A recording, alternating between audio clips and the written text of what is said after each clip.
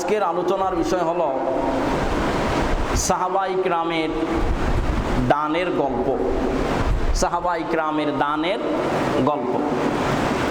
ভাইরা আমার, বন্ধুরা আমার,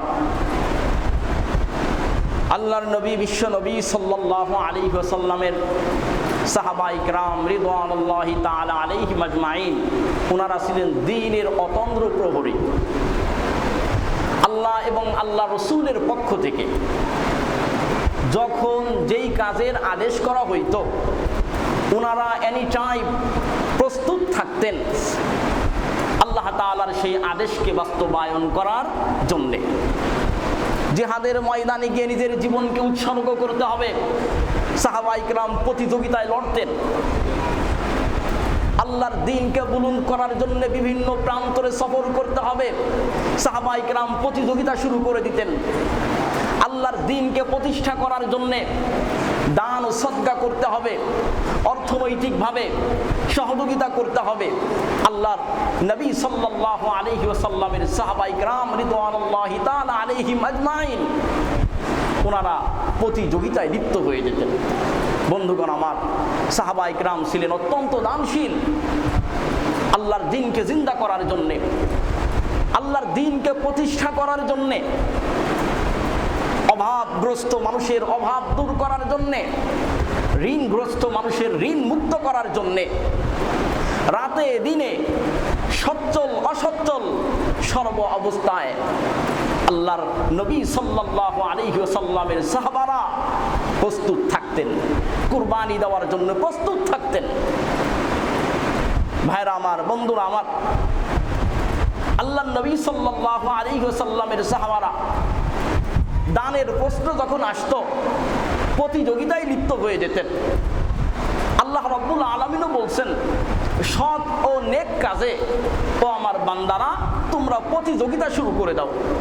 আল্লাহ রাব্বুল আলামিন বলেন, ফাস্তাবিকুল খায়রাত, নেক কাজ, কল্যাণ কাজে তোমরা প্রতিযোগিতা শুরু করো। আল্লাহ আরো বলেন, তাআওয়ানু আলাল বিররি ওয়াত তাকওয়া, তোমরা নেক কাজ, ভালো কাজ, আল্লাহ ভীরু কাজে তোমরা একে অপরকে সহযোগিতা করো। ওয়ালা তাআওয়ানু আলাল ইসমি ওয়াল উদওয়ান, শত্রুতা, অবাধ্যতা, গুনাহের কাজে তোমরা একে অপরকে সহযোগিতা করবে না। ভাইরা আমার, বন্ধুরা আমার, আল্লাহ রাব্বুল আলামিন দানের আয়াত নাজিল করে দিয়েছেন, লান তানালুল বিররা হাত্তা তুনফিকু মিম্মা তুহিব্বুন। ও আমার বান্দারা, যতক্ষণ পর্যন্ত না আমি আল্লাহর জন্য তোমার প্রিয় জিনিস থেকে খরচ না করতে পারবে, ততক্ষণ পর্যন্ত তোমরা কল্যাণ অর্জন করতে পারবে না, প্রকৃত সওয়াব তোমরা অর্জন করতে পারবে না। সাহাবায়ে কিরাম চিন্তায় পড়ে গেলেন, আমার জিনিস কোন জিনিস প্রিয় আছে। হাদিস শরীফের মধ্যে আছে, আল্লাহর নবীর বিশিষ্ট সাহাবী হযরত আবু তালহা রাদিয়াল্লাহু তাআলা আনহু চিন্তায় পড়ে গেলেন, আমার প্রিয় জিনিস কি, আমার প্রিয় জিনিস কি। তিনি ভেবে দেখলেন, আমার একটি বাগান আছে, যেই বাগানকে বর্তমান যুগের আধুনিক পার্ক বললেও ভুল হবে না।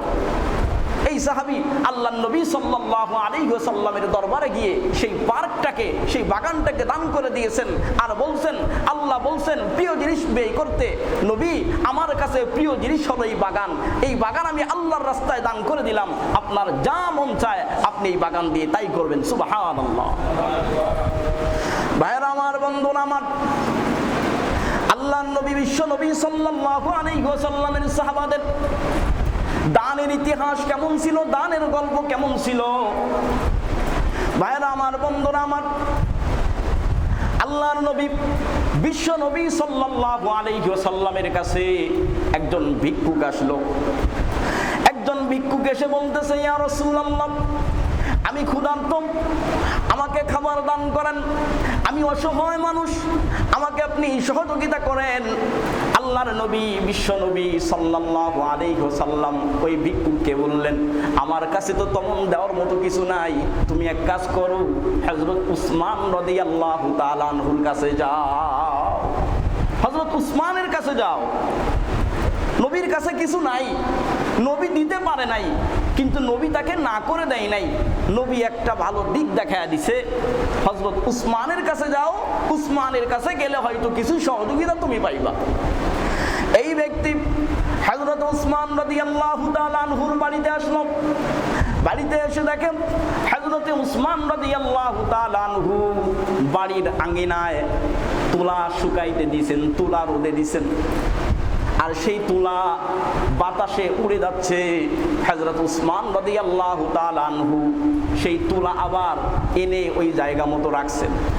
এই বিচারা চিন্তা করলো, আমাকে পাঠাইছে হযরত উসমানের কাছে দান গ্রহণ করতে, যে হযরত উসমান তোমাকে সহযোগিতা করবে, তুমি যাও। এই বিচারার যে অবস্থা দেখি, একটা তুলা উড়ে যাইতেছে, সেই তুলা আবার ফিরিয়ে নিয়ে আসতেছে। তো একটা তুলা উড়ে যাচ্ছে, সেটা সহ্য করতে পারে না, আমাকে সহযোগিতা কেমনে করবে? এটা কি সম্ভব? আল্লাহর এই বান্দা ফিরে গেলেন। পরের দিন আবার আল্লাহর নবীর কাছে গেলেন, ইয়া রাসূলুল্লাহ, আমি বড় অসহায় অবস্থায় আছি, আমাকে কিছু দান করেন। আল্লাহর নবী আবারও বললেন, উসমানের কাছে যাও, উসমানের কাছে গেলে পাবে। এবার আবার উসমানের কাছে আসলো, দেখে উসমান রাদিয়াল্লাহু তাআলা আনহু রোদে গুড় শুকাইতে দিছে, আর এই গুড়ে মশা মাছি বিভিন্ন পোকামাকড় যখন আসতেছে, হযরত উসমান সেটাকে প্রতিরোধ করার চেষ্টা করতেছে। এই ব্যক্তি আবার ভাবলো, একটু মশা মাছি হালকা একটু গুড় খাবে, যেই ব্যক্তি এটা সহ্য করতে পারে না আর সেই ব্যক্তি আমাকে দান করবে, এটা তো কল্পনাই করা যায় না। এই ব্যক্তি আবার ফিরে গেল, আবার নবী করিম সাল্লাল্লাহু আলাইহি ওয়াসাল্লামের কাছে গেল, ইয়া রাসূলুল্লাহ, আমি বড় অসহায় অবস্থায় আছি, আমাকে আপনি কিছু দান করেন না। নবী করিম সাল্লাল্লাহু আলাইহি ওয়াসাল্লাম বললেন, আমি তো তোমাকে বললাম হযরত উসমানের কাছে যাও, হযরত উসমানের কাছে গিয়ে তুমি তোমার সমস্যার কথা বলো, আশা করি আল্লাহ রাব্বুল আলামিন তার মাধ্যমে তোমার সমস্যাকে সমাধান করে দিবেন। ভাইরা আমার, বন্ধুরা আমার, এইবার এই ব্যক্তি হযরত উসমান রাদিয়াল্লাহু তাআলা আনহুর কাছে আসলো, এসে নিজের সমস্যার কথা বলল, আমি বড় সমস্যায় আছি, আল্লাহর নবী আপনার কাছে আমাকে পাঠিয়েছে, আমাকে আপনি কিছু সহযোগিতা করুন।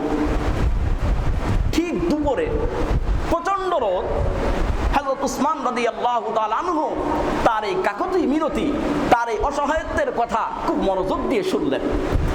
হযরত উসমান রাদিয়াল্লাহু তাআলা আনহু প্রচন্ড রোদ থাকায় কপালে এভাবে হাত দিয়ে মরুভূমির দিকে তাকাচ্ছেন। তিনি দেখতে পেলেন, তিনি বিদেশে যে ব্যবসায়িক কাফেলা পাঠিয়েছিলেন, সেই ব্যবসায়িক কাফেলা খুব কাছাকাছি চলে আসছে উটের বিশাল এক বহর নিয়ে। তাই হযরত উসমান রাদিয়াল্লাহু তাআলা আনহু লোকটিকে বললেন যে, তুমি একটু ধৈর্য ধরো, একটু অপেক্ষা করো, আমি একটি ব্যবসায়িক কাফেলা পাঠিয়েছিলাম বিশাল এক উটের বহর নিয়ে, তারা আসতেছে, আসার পরে তোমার যেটা পছন্দ হয় তুমি সেটা নিয়ে যাবে। সুবহানাল্লাহ। ভাইরা আমার, বন্ধুরা আমার, উটের বিশাল বহর আসলো। এই ব্যক্তিকে বলা হলো, যে উটটি তোমার পছন্দ হয় সেই উটটি তুমি নিয়ে যাইতে পারো। এই ব্যক্তি সর্দার উট আছে না, সর্দার উট, সর্দার উট সব থেকে ভালো মানের এবং সর্দার লিডার, সেই উটটাকে সে বাছাই করলো। এখন সমস্যা দেখা দিল, এই লিডার উট, সর্দার উট যেদিকে যায় বাকি উটগুলো সেদিকে যায়, মহা মুসিবত না?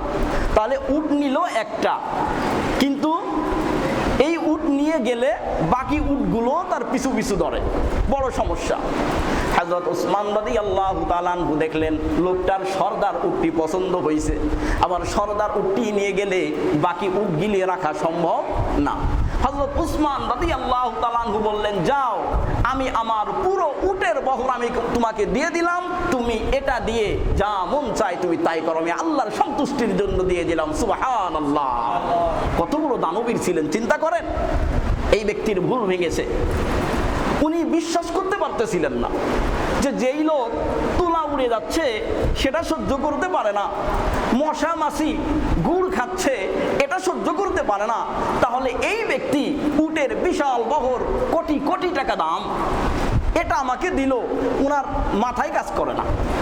তো উনি উনার এই মনের যে প্রশ্নটা উনি করেই ফেললেন, বললেন, হযরত আপনাকে আমি দেখলাম যে আপনি তুলা উড়ে যাচ্ছে খুঁটে নিয়ে আসতেছেন, গুড়ে গুড়ে মশা মাছি মুখ দিবে, আপনি মশা মাছিকে প্রতিরোধ করতেছেন, আমাকে আপনি এটা দিলেন কিভাবে? আমার তো বিশ্বাস হচ্ছে না।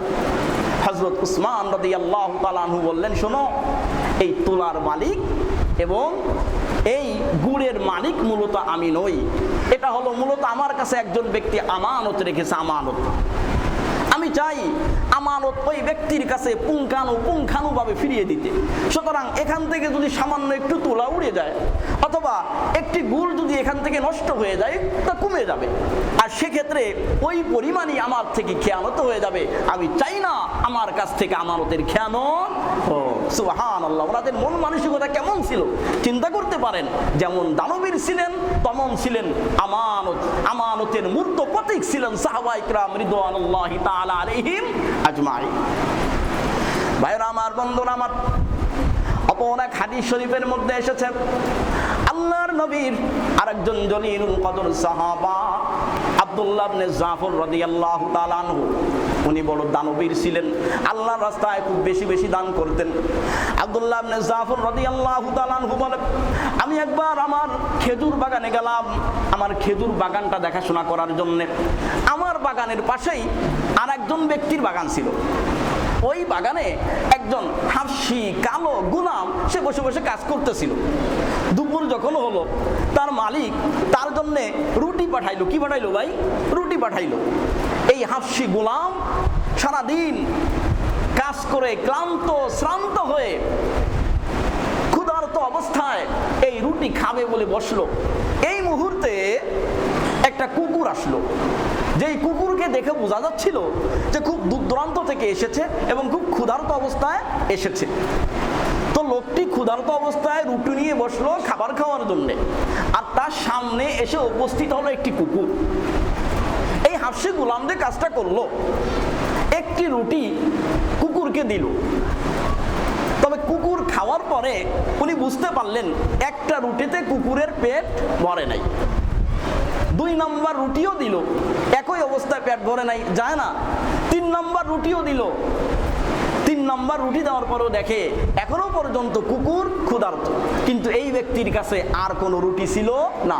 মালিক তার জন্য মাত্র 3টা রুটি পাঠাইছে। চিন্তা করেন, এই ব্যক্তি ক্ষুধার্ত আর কুকুরও আসছে ক্ষুধার্ত অবস্থায়, খাইতে বসবে এই মুহূর্তে কুকুরকেই 3টা রুটি দিয়ে দিল, নিজে একটা রুটিও খাই নেই। আব্দুল্লাহ ইবনে জাফর রাদিয়াল্লাহু তাআলা আনহু বিষয়টাকে খুব গভীর দৃষ্টিতে দেখলেন। তারপর তার কাছে গেলেন এবং বললেন যে তোমার মালিক তোমার জন্য কয়টা রুটি পাঠাইছে? কয় 3টা রুটি পাঠাইছে। তো আমি দেখলাম তুমি 3টা রুটি এই ক্ষুধার্ত কুকুরকে দিয়ে দিলে, তাহলে তুমি খাবে কি? উনি বললেন আজকে আমি আর খাবো না, আজকে আমি এই অবস্থায় থাকবো, আমার কোনো সমস্যা নেই। আমার মনে হয় এই কুকুরটা খুব ক্ষুধার্ত। স্বাভাবিকত এই অঞ্চলে কোনো কুকুর পাওয়া যায় না। এই অঞ্চলে যে কুকুরগুলো আসে হয়তো বহুদূর থেকে আসে, ক্ষুধার্ত অবস্থায় আসে, খাবার ইত্যাদি না পাওয়ার কারণেই মূলত এদিক সেদিক দিয়ে ঘোরাফেরা করে। আজকে আমি আর কোনো কিছু খাবো না। ভাইরা আমার, বন্ধুরা আমার, আব্দুল্লাহ ইবনে জাফর রাদিয়াল্লাহু তাআলা আনহু মনে মনে বললেন, হায় রে, আমি মনে মনে চিন্তা করছি এই শহরে আমার থেকে কোনো বড় দানবীর আর নাই। আমি মনে করছি আমার থেকে বড় দানবীর এই শহরের মধ্যে আর নাই, কিন্তু আমার ভুল ভেঙেছে। বাস্তবে দেখি এর বিপরীত। একজন হাবশী গোলাম, অসহায় মানুষ, গরিব মানুষ, তার সামনে মাত্র 3টা রুটি, এটাই তার সম্বল, সে একটা কুকুরকে পর্যন্ত দান করে দিতে পারলো। এটা তার অন্তরে দাগ কাটলো। হযরত আব্দুল্লাহ ইবনে জাফর রাদিয়াল্লাহু তাআলা আনহু এই হৃদয় বিদারক দৃশ্য দেখে তিনি আর নিজেকে ঠিক রাখতে পারলেন না। এই বাগানের মালিকের কাছে গেলেন। বাগানের মালিকের কাছে গিয়ে বললেন যে আপনার বাগান এবং আপনার মনিবকে আমি কিনতে চাই, আপনি কত টাকায় বিক্রি করবেন? যাই হোক, আব্দুল্লাহ ইবনে জাফর রাদিয়াল্লাহু তাআলা আনহু এই বাগানটি এবং এই মনিবকে, এই গোলামকে, মনিব নয় গোলামকে কিনে ফেললেন। কেনার পরে তিনি এই গোলামকে আজাদ করে দিলেন, আর এই যে বাগান, যেই বাগানে সে কাজ করছিল সেই বাগানটিকে ওই গোলামের জন্য দান করে দিলেন। সুবহানাল্লাহ, কত বড় মন মানসিকতা, কত বড় উদারতা আপনি চিন্তা করছেন। তাহলে একজন অসহায় গরিব, একজন ক্ষুধার্ত কুকুরকে যদি সে তার সামনে থাকা সমস্ত খাবার দিতে পারে, ভাইরা আমার, বন্ধুরা আমার, আল্লাহ রাব্বুল আলামিন আমাদেরকে অনেক ভালো রেখেছেন। আমাদেরকে ঘরে থাকার ব্যবস্থা করছেন, 3 বেলা খাবারের ব্যবস্থা করছেন, অনেকের আল্লাহ রাব্বুল আলামিন সচ্ছলতার জিন্দেগি দান করছেন। তাহলে আমরা আল্লাহর রাহে, মানুষের সেবায়, দ্বীনের সেবায়, সমাজের সেবায় আমরা কেন ওইগুলো ব্যয় করতে পারবো না? একটু কি চিন্তা করছেন? আমরা কেন ব্যয় করতে পারবো না? ভাইরা আমার, বন্ধুরা আমার, হাদিস শরীফের মধ্যে এসেছে নবী করিম সাল্লাল্লাহু আলাইহি ওয়াসাল্লাম বলেন, মান আনফাকা নাফাকাতান ফি সাবিলিল্লাহ কুতিবাত লাহু বিসাবঈ মিয়াতি যিফ। যে ব্যক্তি আল্লাহ তাআলার রাস্তায় ব্যয় করে, আল্লাহ রাব্বুল আলামিন সে ব্যয়ের মূল্য মান 700 গুণ পর্যন্ত বৃদ্ধি করে দেন। সুবহানাল্লাহ, 700 গুণ পর্যন্ত বৃদ্ধি করে দেন। আল্লাহ রাব্বুল আলামিন কোরআনেও বলেন, মাসালুল লাযীনা ইউনফিকুনা আমওয়ালাহুম ফি সাবিলিল্লাহ কামাসালি হাববাতিন আমবাতাত সাবআ সানাবিলা ফি কুল্লি সুমবুলাতিন মিআতু হাব্বা আল্লাহু ইউযাইফু লিমান ইয়াশা আল্লাহু ওয়াসিউন আলিম। আল্লাহ রাব্বুল আলামিন বান্দাদেরকে লক্ষ্য করে বলেন, ও আমার বান্দারা, যারা আমি আল্লাহর রাস্তায় ব্যয় করে, আমি আল্লাহর রাস্তায় অর্থ সম্পদ ব্যয় করে, এই ব্যক্তিদের দৃষ্টান্ত কেমন? এই ব্যক্তির দৃষ্টান্ত হলো একটা বীজের ন্যায়। কামাসালি হাববাতিন, একটা বীজের ন্যায়। আমবাতাত সাবআ সানাবিলা, যেই একটা বীজ 7টা শীষকে উৎপাদন করে। শীষ দিলেন না, শীষ। ফি কুল্লি সুমবুলাতিন মিআতু হাব্বা, আর প্রত্যেকটা শীষের মধ্যে 100টা করে দানা হয়। কয়টা করে দানা হয় ভাই? তাহলে 100কে যদি 7 দিয়ে গুণ দেন কত হয়? 700। আল্লাহ রাব্বুল আলামিন বুঝাইতে চাইলেন, আমি আল্লাহর সন্তুষ্টির জন্য কোন ব্যক্তি যদি দান করে, আমি আল্লাহ রাব্বুল আলামিন ওই দানের পরিবর্তে 700 গুণ সওয়াব বৃদ্ধি করে দিই। সুবহানাল্লাহ।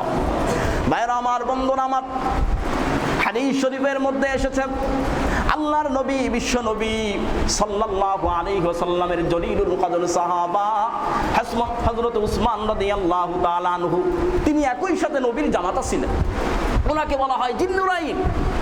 ভাইরা আমার, বন্ধুরা আমার, হযরতে আলী রাদিয়াল্লাহু, হযরতে আবু বকর সিদ্দিক রাদিয়াল্লাহু তাআলা আনহুর খিলাফতকালে দুর্ভিক্ষ সৃষ্টি হয়ে গেল, খাদ্য সংকট দেখা দিল, অবস্থা খুব খারাপ, অবস্থা খুব ভয়ঙ্কর।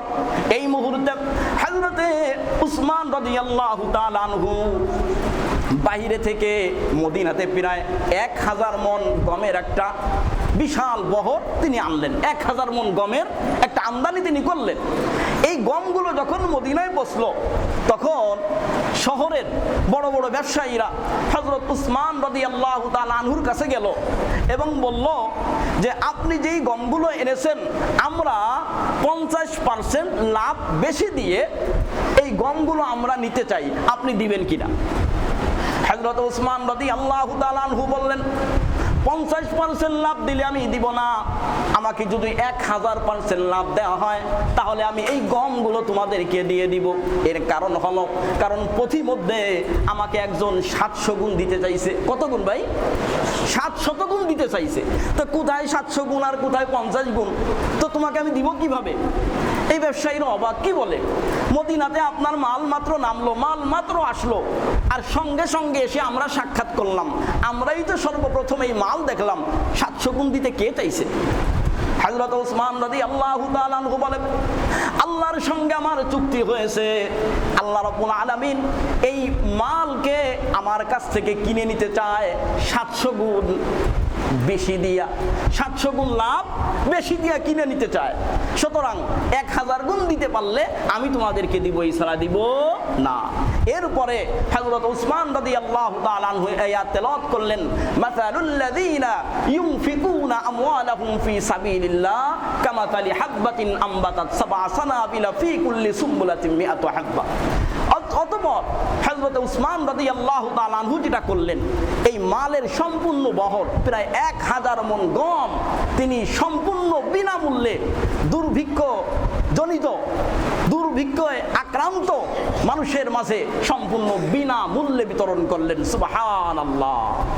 চিন্তা করেন ওনাদের মন মানসিকতা, ওনাদের দানের হাত, দ্বীনের জন্য ওনাদের কুরবানি, সামাজিকতার জন্য, মানবতার জন্য ওনাদের কুরবানি কতটা বেশি ছিল একটু চিন্তা করে দেখুন, একটু কল্পনা করে দেখুন। আজকে আমরা ধন সম্পদের মালিক, আল্লাহ রাব্বুল আলামিন টাকা পয়সার মালিক বানাইছে, গাড়ি বাড়ির মালিক বানাইছে, তারপরেও আমরা দান করতে চাই না। আমরা মনে মনে চিন্তা করি দান করলে সম্পদ কমে যাবে, সুতরাং দান করা যাবে না। অথচ নবী করিম সাল্লাল্লাহু আলাইহি ওয়াসাল্লাম বলেন, মা নাকাসাত সাদাকাতুম মিন মালিন, দান করলে কখনো মাল কমে না। ভাই আজ পর্যন্ত শুনছেন দান করে কেউ নিঃস্ব হয়েছে? কখনো শুনছেন? দান করে কেউ ফকির হয়েছে? কে কোনো শুনছেন? কোটি কোটি টাকার মালিক জুয়া খেলা ফকির হয়েছে, মদ খায়া নেশা কইরা ফকির হইছে, উল্টা পাল্টা আজে বাজে কাজ কইরা ফকির হইছে, এমন দৃষ্টান্ত সমাজে বহু আছে। কিন্তু আজও পর্যন্ত এমন কোন ইতিহাস শোনা যায় নাই কোন ব্যক্তি মানব কল্যাণে দান করে, আল্লাহ তাআলার রাস্তায় দান করে, ইসলামকে জিন্দা করার জন্য দান করে কোন ব্যক্তি পরাজিত হয়েছে, কোন ব্যক্তি নিঃস্ব হয়েছে। আজও পর্যন্ত এমন ইতিহাস কখনো হয় নাই। প্রকৃতপক্ষে ভাই, শয়তান আমাদেরকে কুমন্ত্রণা দেয়, শয়তানই মূলত আমাদেরকে বাধা দেয়। শয়তান কখনো চায় না মানুষ ভালো কাজ করুক, এটা কখনোই শয়তান চায় না। ভাইরা আমার, বন্ধুরা আমার, আল্লাহ রাব্বুল আলামিন বলেন, আশ-শাইতানু ইয়াইদুকুমুল ফাকর ওয়া ইয়া'মুরুকুম বিল ফাহশা। আরে শয়তান তোমাদেরকে দারিদ্রতার ভয় দেখায়। হুজুর যখন মসজিদে মাইকে বলে আল্লাহ তাআলার রাস্তায় দান করো, মসজিদে দান করো, মসজিদ উন্নয়নের কাছে দান করো, তখন শয়তান মনে মনে তার উদয় করে, মনে মনে তাকে চিন্তা উঠায় দেয় যে তুমি যদি আল্লাহর রাস্তায় দান করো, তুমি খাবে কি, তোমার সন্তান খাবে কি, তোমার ভবিষ্যৎ কি হবে, ইত্যাদি ইত্যাদি চিন্তা কইরা দানের মতো মহা গুরুত্বপূর্ণ কুরবানি থেকে শয়তান মূলত আমাদেরকে কি রাখে, বিরত রাখে। অথচ দান করলে সম্পদ বাড়ায় দেয় কে ভাই? আল্লাহ। দান করলে সম্পদ বাড়ায় দেয় কে? আল্লাহ রাব্বুল আলামিন দান করলে সম্পদ বাড়ায় দেয়। এই দানের মাধ্যমে আল্লাহ রাব্বুল আলামিন আমাদের হায়াতের মধ্যে বরকত দান করে, রোগ বালা থেকে হিফাজত করে, বিপদ আপদ থেকে রক্ষা করে। হাদিস শরীফের মধ্যে আছে, হাদিসটি হযরত আবু হুরায়রা রাদিয়াল্লাহু তাআলা আনহু থেকে বর্ণিত আছে। হাদিসের মধ্যে আছে যে একজন ব্যক্তি মাঠে ময়দানে কাজ করতেছিল, হঠাৎ করে মাথার উপরে প্রচন্ড মেঘ, মেঘে কালো হয়ে গিয়েছে। সেই কালো মেঘ থেকে একটা আওয়াজ আসলো, অমুকের বাগানে পানি দাও। এই আওয়াজটা করার সাথে সাথে এই মেঘগুলি একদিকে ছুটা শুরু করলো। ওই ব্যক্তি বলল, দেখি মেঘ কোথায় যায়। ওই ব্যক্তিও মেঘের পিছনে পিছনে ছুটা শুরু করলো। হঠাৎ করে একটি পাথরওয়ালা জমিনে গিয়ে এই মেঘ বৃষ্টি বর্ষণ করলো, আর একটি নালা দিয়া এই পানিগুলো একটি বাগানে ডুবতে লাগলো। এই ব্যক্তি বললেন, আমিও সেই পানির পিছনে পিছনে যাইতে লাগলাম। অতঃপর গিয়ে দেখলাম যে একটি বাগানে এই পানি গিয়ে পড়ছে, আর সেখানে একজন ব্যক্তি কাজ করতেছে। তা আমি ওই ব্যক্তিকে জিজ্ঞাসা করলাম, প্রথমে সালাম দিলাম, সালাম দিয়ে জিজ্ঞাসা করলাম, আল্লাহর বান্দা একটু এদিকে আসেন, আপনার নাম কি? তো উনি বললেন, আমার নাম অমুক। তো উনি ওই নামই বললেন যেই নাম উনি ওই আকাশে শুনছিলেন, যে অমুকের জমিনে কি দাও, পানি দাও। ওই নামটাই শুনতে পাইলেন। তারপরে ওই ব্যক্তি জিজ্ঞাসা করলেন, ভাই তুমি আমার নাম জিজ্ঞাসা করলে কেন? কয়, তোমার নাম জিজ্ঞাসা করছি এই কারণে, এই যে মাত্র বৃষ্টি হইল, আর বৃষ্টির পানিতে তোমার এই যে ফসল, তোমার এই যে বাগান সেচ হইল, আমি মেঘের মধ্যে তোমার নাম শুনেছি যে বলা হচ্ছে অমুক ব্যক্তির জমিনে কি দাও, পানি দাও। এখানে আর কোনো জমিনে বৃষ্টি হইল না, আশপাশে কোথাও বৃষ্টি নাই, শুধুমাত্র তোমার জমিনের আশপাশে বৃষ্টি হইল, শুধুমাত্র আমার কাছে মনে হচ্ছে তোমার জমিনকে সেচ দেওয়ার জন্য। ভাই তুমি কি আমল করো, আমাকে একটু বলো। তো এই ব্যক্তি বলল, আমি তো তেমন কোনো আমল করি না, তবে আমি একটা কাজ করি, এই জমিনে যে সমস্ত ফসল উৎপাদন হয় তাকে আমি 3 ভাগ করি। কয় ভাগ করি ভাই? 3 ভাগ করি। এই 3 ভাগের 1 ভাগকে আমি আমার পারিবারিক খরচের জন্য রেখে দিই, আর 1 ভাগকে আমি আল্লাহ তাআলার রাহে ব্যয় করে দিই। সুবহানাল্লাহ, আল্লাহ তাআলার রাহে ব্যয় করে দিই। আর 1 ভাগ সেটা আমি বীজ হিসাবে আমি রেখে দিই, পরবর্তীতে যখন আমার প্রয়োজন হবে এই বীজই আমি লাগাবো এবং সেখান থেকে আমি উৎপাদন করব।